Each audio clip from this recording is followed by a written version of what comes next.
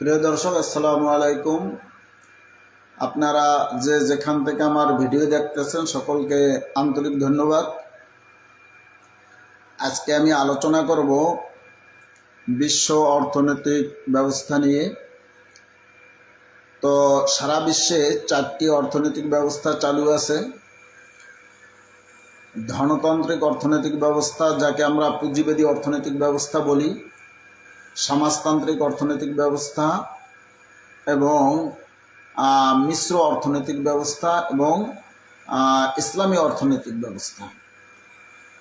তো এই 4টি অর্থনৈতিক ব্যবস্থার ভিতরে ইসলামিক অর্থনৈতিক ব্যবস্থা আল্লাহ এবং আল্লাহ রসুলের পক্ষ থেকে দিক নির্দেশনামূলক অর্থনৈতিক ব্যবস্থা, আর পুঁজিবাদী অর্থনৈতিক ব্যবস্থা এবং সমাজতান্ত্রিক অর্থনৈতিক ব্যবস্থা এবং মিশ্র অর্থনৈতিক ব্যবস্থা, এই 3টি কিন্তু মানব রচিত অর্থনৈতিক ব্যবস্থা।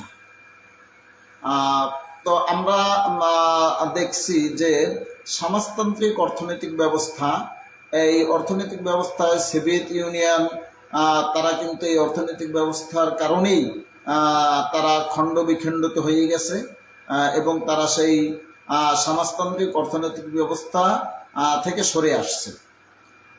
বিশ্বের ভিতরে এখন সমাজতান্ত্রিক অর্থনৈতিক ব্যবস্থা আছে উত্তর কোরিয়ায়।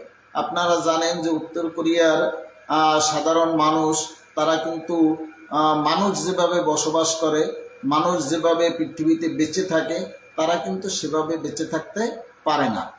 এবং কিউবার কিছু অঞ্চলে সমাজতান্ত্রিক অর্থনৈতিক ব্যবস্থা আছে। এছাড়া বিশ্বের আর কোনো দেশে সমাজতান্ত্রিক অর্থনৈতিক ব্যবস্থা মূলত ওইভাবে নাই।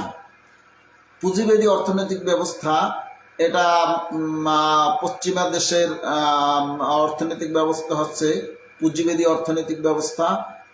আমেরিকা যুক্তরাজ্য, ফ্রান্স, জার্মান সহ অনেক দেশেই পুঁজিবাদী অর্থনৈতিক ব্যবস্থা চালু আছে। এবং আমাদের দেশের অর্থনৈতিক ব্যবস্থা হচ্ছে মিশ্র অর্থনৈতিক ব্যবস্থা। এই মিশ্র অর্থনৈতিক ব্যবস্থা, এটা বিশ্বের এখন অনেক দেশই মিশ্র অর্থনৈতিক ব্যবস্থা চালু আছে। এবং এই মিশ্র অর্থনৈতিক ব্যবস্থা এবং সমাজতান্ত্রিক অর্থনৈতিক ব্যবস্থা, পুঁজিবাদী অর্থনৈতিক ব্যবস্থা, এই 3টা অর্থনৈতিক ব্যবস্থায় কিন্তু মানব রচিত অর্থনৈতিক ব্যবস্থা। এবং মিশ্র অর্থনৈতিক ব্যবস্থা এবং পুঁজিবাদী অর্থনৈতিক ব্যবস্থা, এটা সুদভিত্তিক অর্থনৈতিক ব্যবস্থা। ইসলামিক অর্থনৈতিক ব্যবস্থাও কিছু কিছু দেশে চালু আছে, যেমন সুদান, আফগানিস্তান, সৌদি আরব, মালয়েশিয়ায় আংশিক, এভাবে আংশিক আছে অনেক দেশই আংশিক ইসলামিক অর্থনৈতিক ব্যবস্থা। তো ইসলামিক অর্থনৈতিক ব্যবস্থা চালু করার জন্য কোনো ইসলামিক দলকেই যে ক্ষমতায় যেতে হবে এমন কিন্তু না।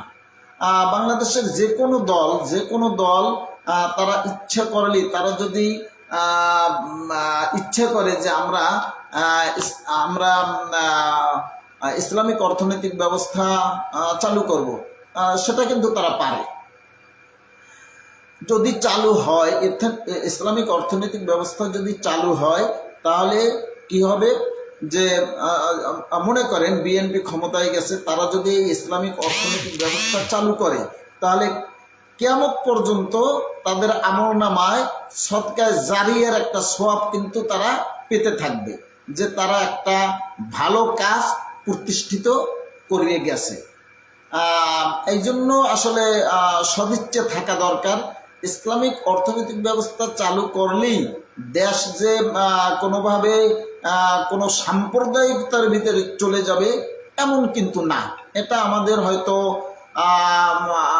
বোঝার ভুল হইতে পারে, অথবা যে কোনো একটা কারণ থাকতে পারে। কিন্তু ইসলামিক অর্থনৈতিক ব্যবস্থা যদি দেশে চালু হয়, তাহলে হয়তোবা অনেকে এইটা মনে করতে পারে যে ইসলামিক অর্থনৈতিক ব্যবস্থা চালু হইলে যাকাত বাধ্যতামূলক দিতে হইবে। যাকাত যদি আমরা রোজা করি, নামাজ আদায় করি, হজ করি, সব করি, কিন্তু যাকাত কিন্তু প্রপারলি যেইভাবে যাকাত আদায় করার কথা ওইভাবে কিন্তু আসলে বাংলাদেশের ধনাঢ্য ব্যক্তিরা তারা ওইভাবে জাকাত আদায় করে না। জাকাত হইল আপনার শতকরা 2.5 টাকা, 1000কে 25 টাকা, 1 লাখ টাকা 250 টাকা আপনি জাকাত দেবেন। হিসাব করি আপনার খাওয়া দাওয়ার পরে যে পরিমাণ টাকা আপনার কাছে 1 বছর গচ্ছিত থাকবে, ওই টাকার উপরে আপনি শতকরা 2.5 টাকা জাকাত দেবেন। এখন এইটাকে মানুষ অনেক ভয় পায়, কিন্তু এই জায়গায় ভয় পাওয়ার কিন্তু কিছু নাই। যেমন আমরা যারা ব্যাংকে লেনদেন করি, ব্যাংক কিন্তু প্রতি বছর আমাদের থেকে একটা ভ্যাট নেয়। যারা লেনদেন করে তাদের কাছ থেকেই তো ভ্যাট নেয়, যার টাকা আছে তার কাছ থেকেই ভ্যাট নেয়।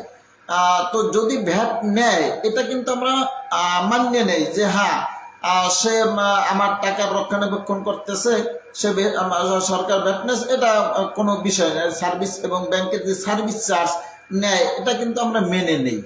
তো সেই হিসেবে যদি একটা মানুষের খাওয়া খরচের পরে তার কাছে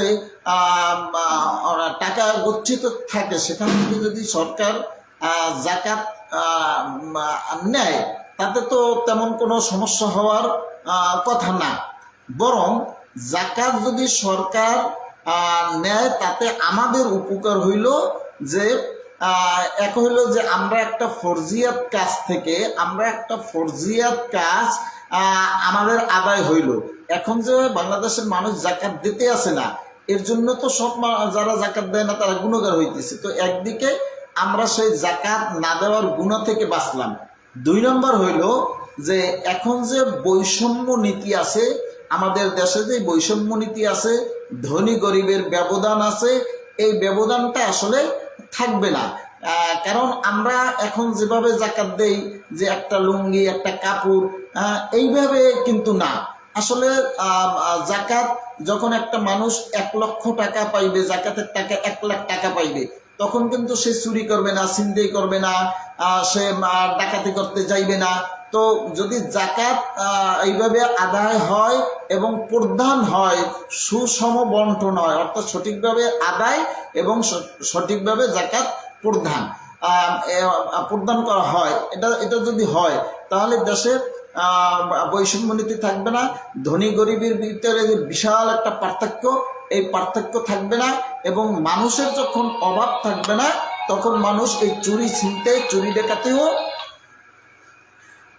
ডাকাতিও করবে না। তাহলে একদিকে দেশ থেকে অপরাধ কমে যাবে, অন্যদিকে দেশ থেকে অপরাধ কমে যাবে, অন্যদিকে আমরা জাকাত অনাদায়ের গুনাহ থেকেও বেঁচে যাব।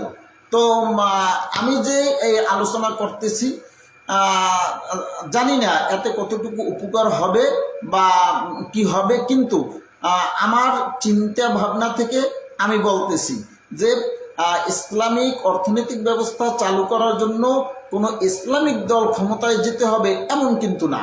দেশের যে কোনো দল ক্ষমতায় গেলেই তারা কিন্তু ইসলামিক অর্থনৈতিক ব্যবস্থা চালু করতে পারে। এবং ইসলামিক অর্থনৈতিক ব্যবস্থা চালু হলে আপনার এই ঘুষ, দুর্নীতি, চুরি, ডাকাতি, রাহাজানি এসব কিন্তু অনেক কমে যাইবে। কারণ তখন রাস্তায় আপনি টোকাই খুঁজতে পাইবেন না ছিনতাই করার মতো লোক। কারণ যারা ছিনতাই করে তারাও কিন্তু মানুষ, তাদের একটা আত্মসম্মান আছে। কোনো মানুষ কিন্তু চায় না যে আমি চুরি করে ধরা খাওয়ার পরে কি হইবে, আমার সম্মান নষ্ট হইবে, আমি যতদিন বেঁচে থাকবো মানুষ আমাকে ঘৃণার চোখে দেখবে। আসলে শুধু স্বভাবের কারণে বা পেশাগত স্বভাবের কারণে বা শখ করে যে মানুষ চুরি ডাকাতি করে তা কিন্তু না। অনেক আছে অভাবের কারণেও মানুষ চুরি ডাকাতি করে। বর্তমান যে ব্যবস্থাপনা আছে যে আপনার মানুষকে যেভাবে সরকার সহযোগিতা করতে আছে, 10 কেজি চাল, বয়স্ক ভাতা, বিধবা ভাতা, শিক্ষা ভাতা, কি 300, 400, 600 টাকা, এতে কি দারিদ্র মানুষ দারিদ্রই থাকতে আছে, তারা কিন্তু কিছু করতে পারতেছে না। অথচ একটা মানুষ যদি জাকাতের 1 লক্ষ টাকা পায়, যেমন সারা বাংলাদেশে সরকার 2000 কোটি টাকা জাকাতের টাকা আদায় করছে। এই 2000 কোটি টাকা যদি সরকার 1 লাখ মানুষের ভিতরে বিতরণ করে, দেখা গেছে যে একজন মানুষ যদি 1 লাখ 2 লাখ টাকা করে পায়, তাহলে সে তার জীবন পরিবর্তন হয়ে যাইবে এবং এই জাকাত প্রতি বছর আদায় হইবে। আর প্রতি বছর যদি এইভাবে 1 লাখ 2 লাখ করে মানুষ স্বাবলম্বী হয়, 5 বছর পরে বাংলাদেশে কোনো ভিক্ষুক খুঁজে পাওয়া যাবে না, রাস্তায় ঘুমানোর মতো মানুষ খুঁজে পাওয়া যাবে না, টোকাই থাকবে না। হ্যাঁ, এগুলো যদি না থাকে তাহলেই কি এই যে সন্ত্রাসী, চাঁদাবাজি, চুরি, ছিনতাই, রাহাজানি এসব কিন্তু অনেক অংশে থাকবে না। তো আমি আমার এই ভিডিওটা যদি আপনারা মনে করেন যে আসলেই দেশে ইসলামিক অর্থনৈতিক ব্যবস্থা চালু হওয়া দরকার, এজন্য কিন্তু কোনো ইসলামী, আবারও বলছি, কোনো ইসলামিক দল ক্ষমতায় যেতে হবে এমন কিন্তু না। এবং আপনারা আমার এই ভিডিওটা শেয়ার করবেন, যাতে এই ভিডিওটা যদি যারা রাজনৈতিক নেতৃবৃন্দ আছে তাদের সামনে যায় এবং তাদের, আমরা হাজারো চিল্লাইলেও কোনো কাজ হইবে না, যদি তাদের ব্রেনের ভিতরে ঢোকে এবং তারা যদি মনে করে যে আমরা যদি একটা ইসলামিক অর্থনৈতিক ব্যবস্থা চালু করে যেতে পারি, তাহলে কিয়ামত পর্যন্ত আমাদের যেই আমরা সেই সদকায়ে জারিয়ার একটা সওয়াব আমাদের আমলনামায় পৌঁছতে থাকবে, এই চিন্তাটুকু যদি তাদের মাথায় ঢোকে, তাহলে কি দেশে যদি ইসলামিক অর্থনৈতিক ব্যবস্থা চালু হয়, তাহলে আশা করা যায় যে আসলে দেশ থেকে যেমন অপরাধ কমবে এবং মানুষের ভিতর থেকে বৈষম্য, ধনী গরিবের যে তারতম্য, এটা কমে যাবে। এবং আমি মনে করি যে দেশে 60% অপরাধ কমে যাবে যদি দেশে ইসলামিক অর্থনৈতিক ব্যবস্থা চালু হয়। সবাইকে ধন্যবাদ। আসসালামু আলাইকুম।